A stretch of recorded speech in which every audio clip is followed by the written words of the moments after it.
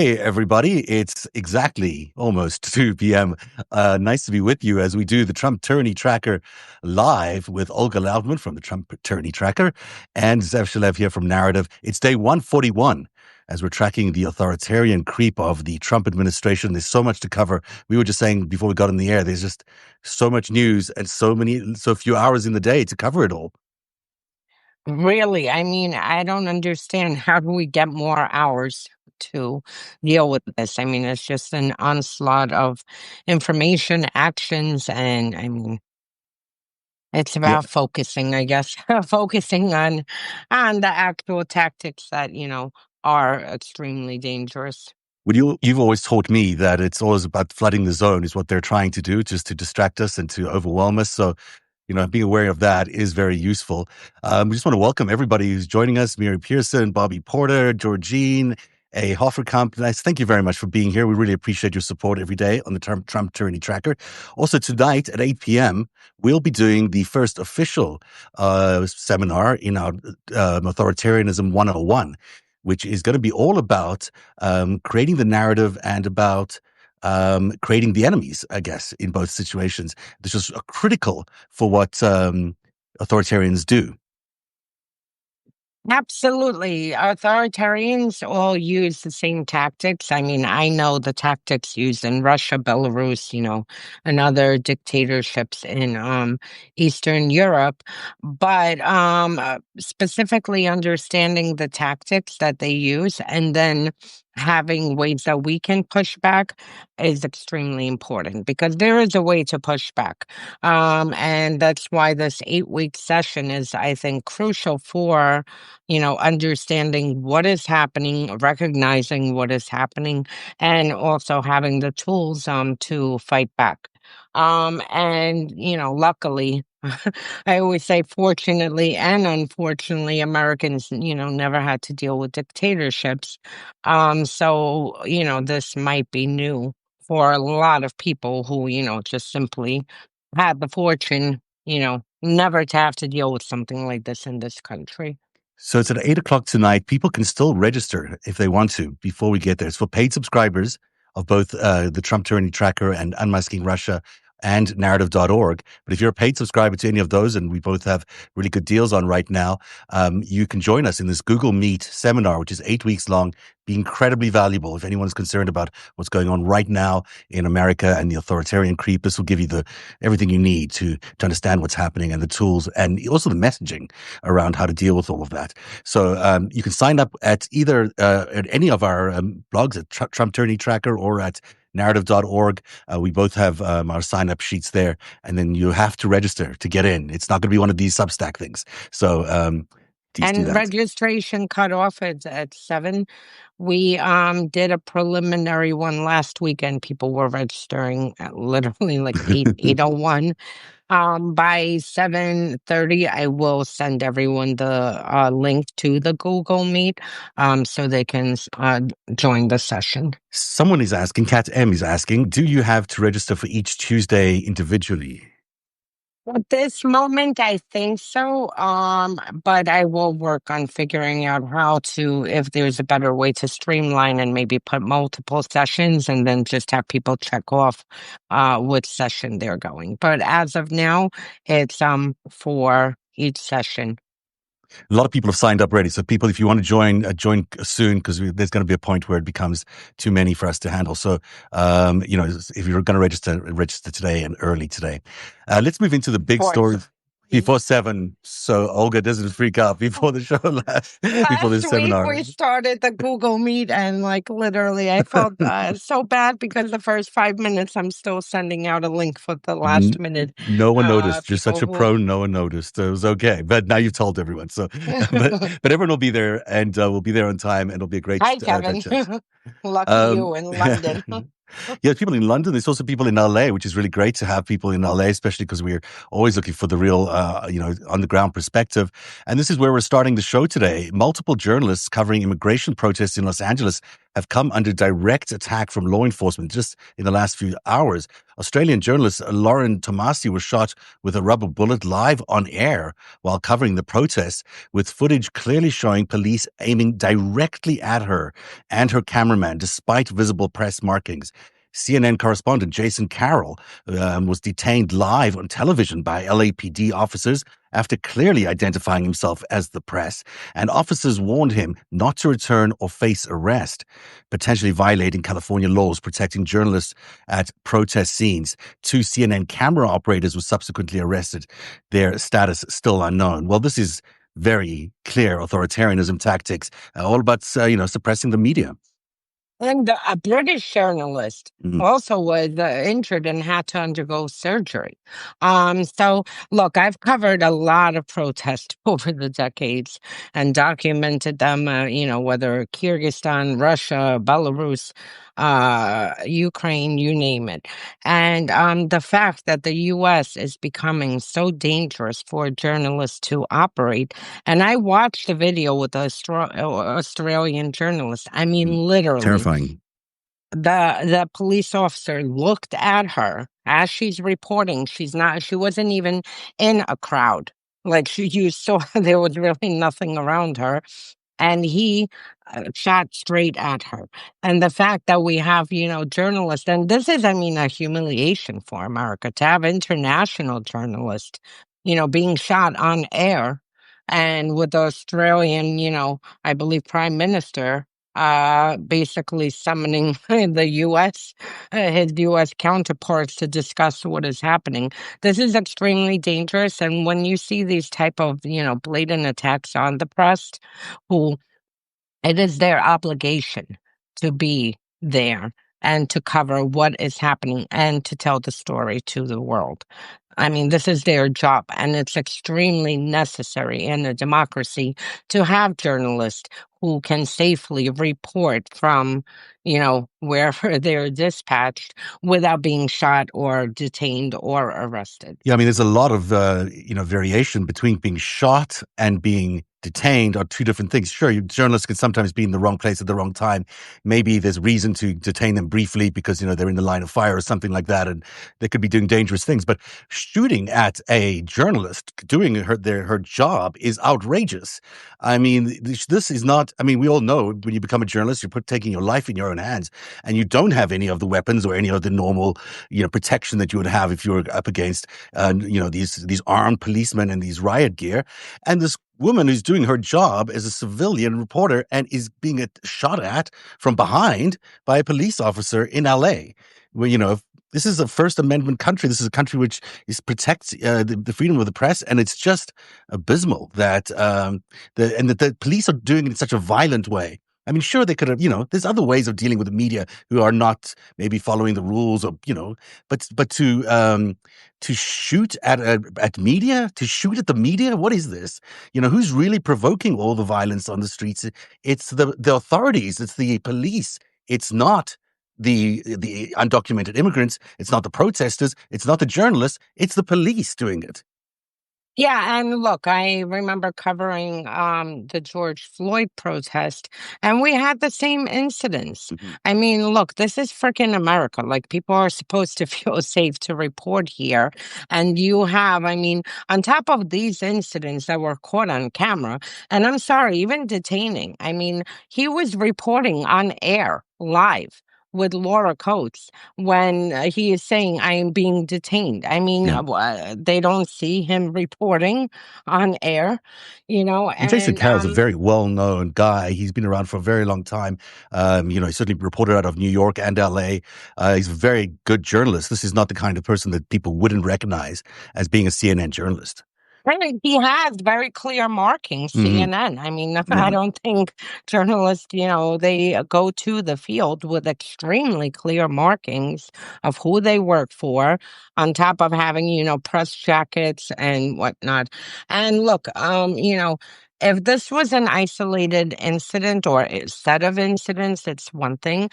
But we've had various, journalist watchdogs over the past few months warning that the United States is now not a safe place to be a journalist or to report Hmm. or to work in.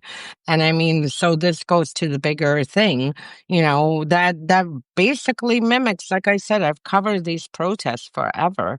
I mean, this is what happens in banana republics, Hmm. and this is exactly where Trump is taking us. Especially when you're allowing violence against the media, that's a whole other level. He loves it. Yeah, it's just crazy. Let's move to the other story related to what's going on in LA. ICE is deputizing local police departments in record numbers under Trump's revived 287G program. It effectively allows local cops to become immigration agents. Over 500 new agreements have been signed since January, expanding into states like Tennessee and Florida. Despite past scandals involving racial profiling and abuse at these departments, this represents a large expansion of federal immigration enforcement power into local policing in America. They want to remove 10 million Americans from America. So this is how they're going to do it, through like, sort of subcontracting it to these local sheriffs. And the bigger worry, and this is what, I have been warning about, and I have to go to rooftops to keep screaming about this. Immigrants are the shiny object. What they really are doing is Mhm. building a police state. And by deputizing, all these local officials and mercenary groups and everything that we've been discussing over the past few months since we started this live. Um, you know, they are building a police state, and right now, immigrants are the test case. But this is meant for us. Mhm. I mean, and we see it very clearly, the fact that there are 700 Marines going to what? What are they going to do? I mean, again, I asked this yesterday. I will ask this again today. What is a battalion of Marines going to do in the streets of LA? Like, we're not in Iraq. We're not in Afghanistan. We're We're not not even seeing in. the violence that they're talking, need any of this. It's the streets are relatively peaceful so far.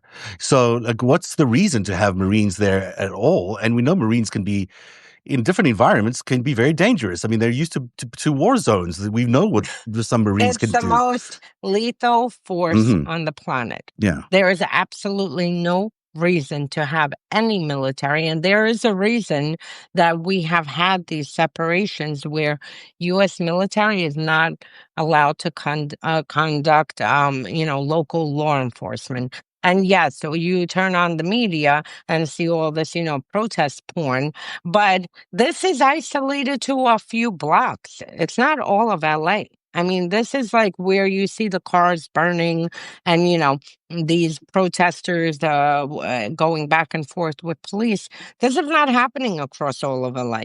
This is No. No. happening within a few blocks. There are You know, pockets of these. maybe we should spend a few seconds here or minutes just talking about the disinformation that's going on, because it is just important. It doesn't relate to yesterday's tracker necessarily, but what's going on is a lot of disinformation. This is a created in news narrative, and we'll talk about this probably later on today as well, where they're trying to tell you that there's something going on in the streets of LA that looks much worse than it is. They're trying to say that the entire city's in chaos. It's not in chaos. Maybe small sections are, protesters, but it's not in Pockets. chaos. Yeah. But then there's also, on top of that, there's now these viral hoaxes that are being released. There's an image going around of a pallet of bricks that people are saying online that it was left for rioters. Now, that is not. That is basically, it comes from a Malaysian construction supplier, actually, the original photograph.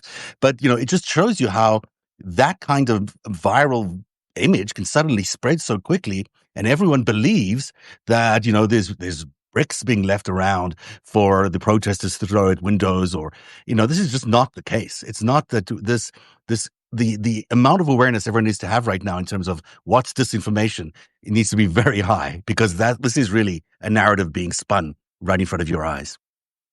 Yeah, there are two things with the information space that you're seeing. One, you're seeing the disinformation. And again, this is identical to what happened during the George Floyd protest, where you had, pockets of protest amplified, which ended up being white supremacist agitators later on that we found who were charged for setting fires and whatnot. You had the pallet of bricks. I mean, every time I see a pallet of bricks, I laugh. And every time there's a protest, I'm like, where's the photo of the pallet of bricks? Because you had the same videos of these bricks appearing, during George Floyd protest. So you have all the disinformation. I can tell you the Russians right now, and it's not just the Russians. I'm sure I focus on Russia, but I'm sure the Iranians and Chinese and every other, adversary or maybe ally of ours these days, Trump's allies, they are working disinformation space to put out disinformation. Yesterday, I gave an example. During the George Floyd protest, the Russians put out, a video of a police officer being set on fire. This happened years prior in Mexico. Had nothing to do with U.S. protest. But as the Russians and, Chinese and Iranians work, they are trying to spread as much chaos and fear and confusion here. And you can imagine if you're an NYPD cop standing, dealing with your protest in New York City, and you see a viral image of a cop being set on fire in Portland. So, I mean, so you have this part of the information space right now that they're carrying out and injecting all this disinformation and whatnot. Then the other one, which I'm going to write about today, is the information, priming the information space. This is such a classic tactic of what Russia does, the Soviets did, where when they're preparing for something, they prime the people for it.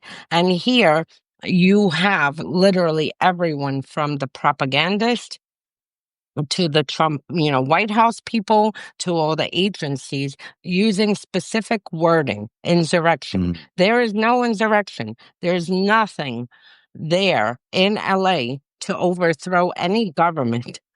I mean, an insurrection is what we saw on January 6th when they tried to, stop the official proceedings of certifying a duly elected president. And then they brought nooses and hunted down lawmakers to assassinate them. That was an insurrection. Here, pockets of violence is for local law enforcement, but they're using specific language to prime people, insurrection, rebellion. Yeah. Nothing happening like that. No, they use it in order to, to create the fear. They create the fear that this is what's happening. And that fear is exactly what they're trying to motivate. There's also, by the way, images from movies of military being deployed in LA. These are from movies. It's not real life, but people are going to start mistaking it. And then you've got people like, Speaker Johnson talking about tarring and feathering Newsom. I mean, this is the kind of, this is the hyping up of violence, the hyping up of violent rhetoric, and the hyping up of a crisis or a chaos that isn't really happening. And Don Jr. and a whole slew of these propagandists who are saying, shoot the protesters. We have a justice system. From this ruse. If they set a car on fire, then they get arrested and go through the justice system. We do not have a system like in Russia where you disappear people. Well, at least we're not supposed to, or shoot people. And that's it. I mean, there are the reason we have a set of laws in this country. So, I mean, this is something we need to be and push back against. It's extremely important to push back against this and to correct the narrative. And Jenny Benjamin, who's one of our viewers, lives in LA. Someone else earlier who lived also in California, I just don't remember exactly where, also saying there was ICE raids. But no violence at all. Like there's nothing going on. There's no insurrection going on. So, people have to just keep their attention focused on people that they trust and double fact check everything before you share it, because it's so important that this information doesn't get inflamed. And also you're going to hear a lot of stuff from the right-wing agitators that you just have to discount. And the so this asks, how do you push back? By putting the information, correcting the narrative, whether it's community notes, whether it's going into their tweets. I'm telling you, I've become like a Russian troll. I literally have gone into every single agency and, officials' tweets when they use the word insurrection and put pictures of the real insurrection that happened. So this is how you push back by that. And the last thing I'll say on this is that the Russians are excellent, and unfortunately, the MAGA and these far right supremacists and extremists have copied these tactics, or maybe Russia trained them directly. Where there could be a peaceful protest, a million people are out. What the Russians will do is find, the one fight, and then how you call it, put it out into the information space as if this is the whole protest. yeah. To make it look violent, to create an alternative narrative, and to reshape reality. And this It's is kind of what we're watching here. I can't believe the president of the United States is basically inciting chaos through these narratives, and Absolutely. narratives are interesting. We'll talk. We don't get into this too much, but if you get them early, if someone is telling you if someone is pushing a lie or pushing a false video out, if you get to them early and correct it early, you have much better chance of succeeding at limiting that narrative spread than if you get it later. So if you're at home, you're also doing your part, just policing what Olga's doing. She's saying she's doing, which is like correcting the narrative as it's happening. So important that people do that. Now, multiple Democratic members of Congress were denied entry to federal detention centers in LA and New York over the weekend as they attempted to inspect conditions following mass immigration raids and arrests of protesters. Lawmakers report being met with chemical irritants and locked gates when trying to conduct congressional oversight. Some lawmakers accuse DHS of obstructing constitutionally mandated oversight functions. Here we are again. You have this regime who is basically arresting lawmakers, preventing them from doing their oversight. Um, Sorry, my phone. You have them preventing. This is their duty. They're allowed to go unannounced to any ICE facility and, request to carry out their oversight duties. Mm. You have this regime who does not believe in the power of Congress, things that Congress should be just a rubber stamp as, they carry out their unlawful acts. And here we are again, these lawmakers are lucky they didn't get arrested like the other lawmaker who attempted to do this, in New Jersey, and the mayor who got arrested in New Jersey. And this is something, again, we need to push back against, is because our lawmakers, have rights and they have Duties, responsibilities. yeah.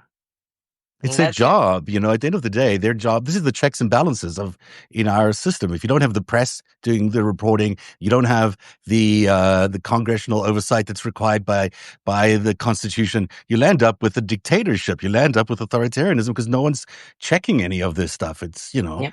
it's just, and this is the other thing Trump is doing. It's the last story from the tracker today. Trump has declared at least 8 national emergencies since returning to office in January. He's using them to bypass laws, override opposition, and justify extreme actions, including sending the National Guard to LA against the state's wishes.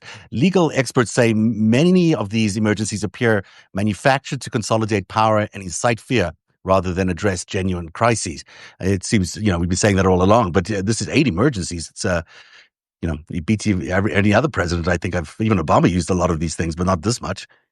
I don't even remember anyone finding obscure laws, century-old laws, and declaring national emergencies to basically, for a power grab. I don't remember any president, really being this bold. But I mean, this is, again, something we've been documenting.